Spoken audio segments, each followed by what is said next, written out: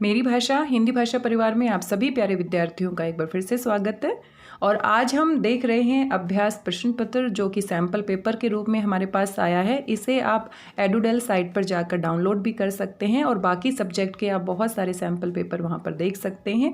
और इससे संबंधित एक वीडियो हम बना चुके हैं जिसमें पिछले वीडियो में हमने व्यवहारिक व्याकरण के महत्वपूर्ण प्रश्नों पर बातचीत की थी जो कि 16 अंक के लिए आती है।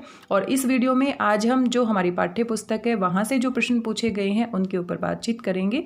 आइए बिना देरी किए हुए पहुँच जाते हैं अपने पाठ्य पुस्तक के प्रश्नों के पास। और आप सभी जानते हैं कि पाठ्य पुस्तक में आपका पठित गद्यांश, पठित पद्यांश और साथ में दो प्रश्न पूछे जाएंगे काव्य खंड से और गद्य खंड से। तो कुल आपकी कितने अंक के लिए आने वाली है? 14 अंक के लिए आने वाली है। 7 अंक आपके गद्य खंड से हैं और 7 अंक आपके पद्य खंड से हैं। तो आइए देख लेते हैं। यहाँ पर सबसे पहला आपका पठित गद्यांश दिया गया है और पढ़ने के बाद आप समझ ही गए होंगे कि ये हमारा जो गद्यांश है, पंक्तियाँ हैं, ये नेताजी का चश्मा पाठ से ली गई हैं। तो इस पाठ को हम बिल्कुल नहीं पढ़ेंगे क्योंकि बार बार हम इसका अभ्यास कर चुके हैं, सारी ही बातें आपको अच्छे से पता है और ये आपका 5 अंक के लिए है। हम सीधे प्रश्नों को हल करेंगे, आप अच्छे से प्रश्नों को हल कर पाएंगे क्योंकि इसको तो हम पढ़ ही चुके हैं।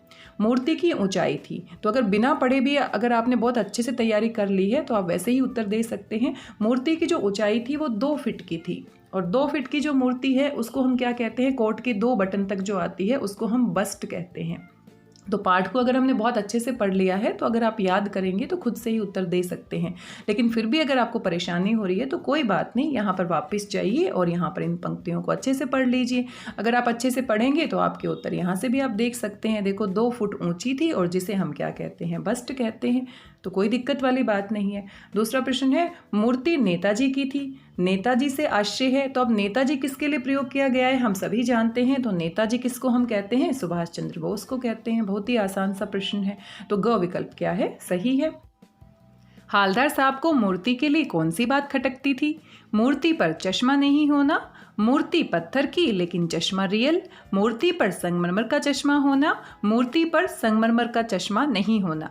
तो हालदार साहब सोचते थे मूर्ति तो संगमरमर की है लेकिन चश्मा रियल है, तो मूर्ति पर संगमरमर का चश्मा नहीं होना उनको खटकता था। बाकी अपनी पंक्तियों के पास चलते हैं, अपने गद्यांश के पास चलते हैं और यहाँ पर फिर से कंफर्म कर लेते हैं, देख लेते हैं। तो यहाँ पर आप देख सकते हैं पंक्ति दी गई है। यहाँ पर हम देख सकते हैं केवल एक चीज की कसर थी। तो यहाँ पर पंक्ति दी भी गई है, केवल एक चीज की कसर थी जो देखते ही खटकती थी। क्या खटकती थी? नेताजी की आंखों पर चश्मा नहीं था, चश्मा तो था लेकिन संगमरमर का नहीं था। तो ये बात हालदार साहब को खटकती थी और यहीं से संबंधित हमारा प्रश्न पूछा गया है। तो आइए वापस अपने प्रश्न के ऊपर चलते हैं और देख लेते हैं कि इसका सबसे सही विकल्प कौन सा होगा। मूर्ति पर चश्मा नहीं होना ठीक है, मूर्ति पत्थर की लेकिन चश्मा रियल, ये भी ठीक है। मूर्ति पर संगमरमर का चश्मा होना, संगमरमर का चश्मा तो था ही नहीं, ये विकल्प वैसे ही गलत है। और मूर्ति पर संगमरमर का चश्मा नहीं होना, तो यहाँ पर सबसे सही विकल्प की बात करें तो हमारा घ विकल्प सबसे सही है क्योंकि जो बात हालदार साहब को खटकती थी मूर्ति के बारे में वो यही थी कि मूर्ति पर संगमरमर का चश्मा नहीं होना।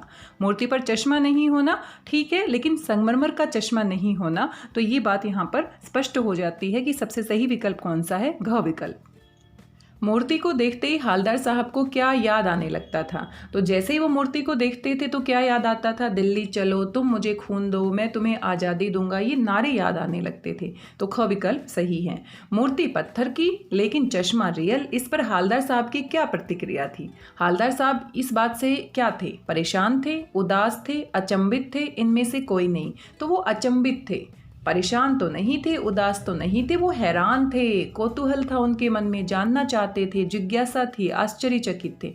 अचंभित होना यानी कि आश्चर्यचकित होना। तो यहाँ पर ग विकल्प सही है। निम्नलिखित प्रश्नों के उत्तर सही विकल्प चुनकर लिखिए। तो यहाँ पर आप देख सकते हैं पाठ्य पुस्तक से जो आपके पाठ है गद्य खंड से, वहाँ से 2 प्रश्न पूछे गए हैं। तो 5 अंक आपके पठित गद्यांश से हो जाते हैं और 2 अंक यहाँ पर आपके पाठों से हो जाते हैं। बाल गोविंद भगत ने अपने बेटे का अंतिम संस्कार किससे करवाया? आप अच्छे से जानते हैं, उनकी पतोहू से। और पतोहू के लिए क्या लिखा गया है यहाँ पर? बहू से। बाल गोविंद भगत स्वभाव के थे, साधु थे, गृहस्थ थे, मजदूर थे, जमींदार थे। तो स्वभाव से वो क्या थे? साधु थे। कैसा व्यवहार करते थे? वो साधु की तरह व्यवहार करते थे, लेकिन फिर भी वो गृहस्थ थे, यानी कि घर गृहस्थी में रहते थे, लेकिन व्यवहार वो कैसा करते थे? सच्चे साधु जैसा। यहाँ पर आप देख सकते हैं काव्य खंड से यहाँ पर कुल 7 अंक के प्रश्न पूछे गए हैं, जिसमें से 5 अंक के लिए आपका पठित काव्यांश है। और आप देख ही सकते हैं यहाँ पर राम लक्ष्मण परशुराम संवाद से ये पंक्तियाँ ली गई हैं। अब इनको भी हम दोबारा से बिल्कुल नहीं पढ़ने वाले। क्यों नहीं पढ़ने वाले? क्योंकि पहले ही इनका हम अभ्यास कर चुके हैं, सारी बातें हमें स्पष्ट हैं। तो सीधा हम प्रश्नों को हल करने वाले हैं और बिल्कुल हम हल कर पाएंगे। यहाँ पर हम बिना काव्यांश को पढ़े भी प्रश्नों को हल कर सकते हैं। दोबारा से मैं कहूँगी क्योंकि ये पठित है, पहले ही हम इसका अभ्यास कर चुके हैं। अगर अपठित होता तो हमें बार बार पढ़ना पड़ता। आइए देखते हैं कौन कौन से प्रश्न पूछे गए हैं। सहस्त्रबाहु किसका शत्रु था? तो सहस्त्रबाहु किसका शत्रु था? सहस्त्रबाहु समसो रिपु मोरा, तो किसका था? परशुराम मुनि का शत्रु था। सो बिलगाओ बिहाई समझा, किसकी उक्ति है? सो मतलब वो, बिलगाओ मतलब अलग हो जाए, बिहाई यानी कि छोड़कर, समाजा यानी समाज को, तो वो अलग हो जाए। कौन कहता है? ये परशुराम मुनि कहते हैं। तो किसकी उक्ति है, किसका कथन है, किसकी बात है? ये परशुराम ऋषि की बात है। परशुराम ऋषि कहते हैं और पूरी सभा को संबोधित करते हुए कहते हैं कि जिसने भी शिव के धनुष को तोड़ा है वो इस सभा से अलग कर दिया जाए या अलग हो जाए। तो यहाँ पर परशुराम ऋषि की उक्ति है, ये बात वो कहते हैं। शिव का धनुष किसके द्वारा तोड़ा गया? परशुराम के द्वारा? बिल्कुल नहीं। लक्ष्मण के द्वारा? बिल्कुल नहीं। राम के द्वारा? राम के द्वारा तोड़ा गया था, क्योंकि राम ने जैसे ही उसको उठाया, उन्होंने सोचा नया धनुष है, और जैसे ही उठाया तो छूते ही वो क्या हो जाता है? टूट जाता है। तो राम के द्वारा तोड़ा गया था। शिव धनुष के टूटने पर परशुराम की क्या प्रतिक्रिया थी? वे शांत हो गए? बिल्कुल नहीं। वे क्रोधित हो गए? बिल्कुल सही। वे हंसने लगे? बिल्कुल नहीं। वे मुस्कुराने लगे? बिल्कुल नहीं। तो हम सभी जानते हैं शिव के धनुष के टूटने से वो कितने क्रोधित हो जाते हैं, और क्रोधित होकर किस तरह की बातचीत होती है, वही बातचीत हम राम लक्ष्मण परशुराम संवाद पाठ में पढ़ते हैं। तो ख विकल्प सही है। अरि शब्द का अर्थ है, तो यहाँ पर शब्दार्थ भी पूछ लिए गए हैं, इसलिए हमें पाठ के सभी शब्दार्थ अच्छे से पता होने चाहिए। तो अरि कौन होता है? शत्रु होता है। अरि करनी, करी लड़ाई, तो पंक्ति भी आप याद कर सकते हैं, जिसने शत्रु के समान कार्य किया है उसके साथ लड़ाई करनी चाहिए। तो इस तरह की बातें आप याद रख सकते हैं। क्यों? क्योंकि पहले ही आप पाठ को पढ़ चुके हैं। अब यहाँ पर अंतिम 2 प्रश्न दिए गए हैं, जो कि आपकी पाठ्य पुस्तक से ही दिए गए हैं, काव्य खंड के पाठों से। तो यहाँ पर कोई पंक्ति नहीं है, कोई आपका काव्यांश नहीं है, सीधे सवाल पूछे गए हैं आपके पाठों से। हारिल की तुलना किससे की गई है? अब जो हारिल है, हारिल पक्षी के समान तुलना अपनी कौन करता है? गोपियाँ करती हैं। हारिल पक्षी जिस प्रकार से अपने पैरों में एक छोटी सी लकड़ी के सहारे उड़ता रहता है, उसी के सहारे वो आकाश में ऊंचाई तक पहुंचता रहता है, उसके मन में विश्वास होता है कि उसी के सहारे वो उड़ रहा है।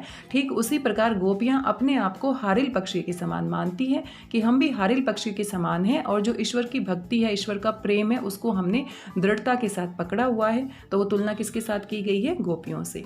उद्धव किसका संदेश लेकर आए थे? बहुत ही आसान है, श्री कृष्ण का संदेश लेकर आए थे, योग संदेश लेकर आए थे। तो कौन सा विकल्प सही है? घ विकल्प सही है। यहाँ पर आपने देखा पाठ्य पुस्तक से हमारे कुल 14 अंक के प्रश्न पूछे गए हैं, 7 हमारे गद्य खंड से पूछे गए हैं और 7 हमारे पद्य खंड से पूछे गए हैं। और इनको हल करना हमारे लिए बहुत ही आसान है, लेकिन फिर भी अभ्यास करना ना भूलें। सभी बहुत ही आसान प्रश्न है, क्योंकि पहले ही इन पाठों को हम पढ़ चुके हैं। कुल 4 ही पाठ आ रहे हैं, 2 काव्य खंड से और 2 गद्य खंड से। लेकिन फिर भी बार बार अभ्यास करते रहिए। कभी कभी प्रश्नों में इस तरीके से बात घुमा फिरा कर पूछ ली जाती है कि हम परेशान हो जाते हैं। तो जितना आप अभ्यास करेंगे, जितनी सभी बातों का आप अभ्यास करेंगे, अच्छे से प्रश्नों के उत्तर दे पाएंगे। आज की इस वीडियो में बस इतना ही। मिलते हैं अगले वीडियो में किसी और महत्वपूर्ण जानकारी के साथ। तब तक स्वस्थ रहिए, व्यस्त रहिए, मस्त रहिए, खुश होकर पढ़ते रहिए, अभ्यास करते रहिए। धन्यवाद, बहुत बहुत धन्यवाद।